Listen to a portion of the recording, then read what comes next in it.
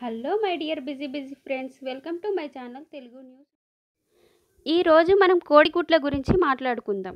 గుడ్లు ఉడకబెట్టి తింటే మంచిదా లేక పచ్చిగానే తీసుకోవాలా, అది ఎందుకు ఉపయోగపడుతుంది, దాంట్లో ఉన్న పోషకాలు ఏంటి ఇప్పుడు తెలుసుకుందాం.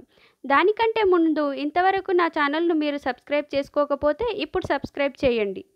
గుడ్లు ఆరోగ్యానికి చాలా మంచివి. ఇవి శరీరానికి కావలసిన శక్తిని ఇస్తాయి. అందుకే డాక్టర్లు రోజుకు ఒక గుడ్డు తీసుకోమని చెప్తారు.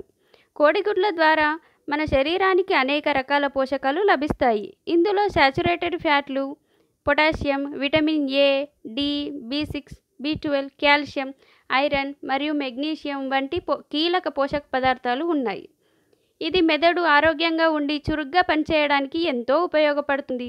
గుడ్డులో ఉన్న ఐరన్ను మన శరీరం వేగంగా గ్రహిస్తుంది.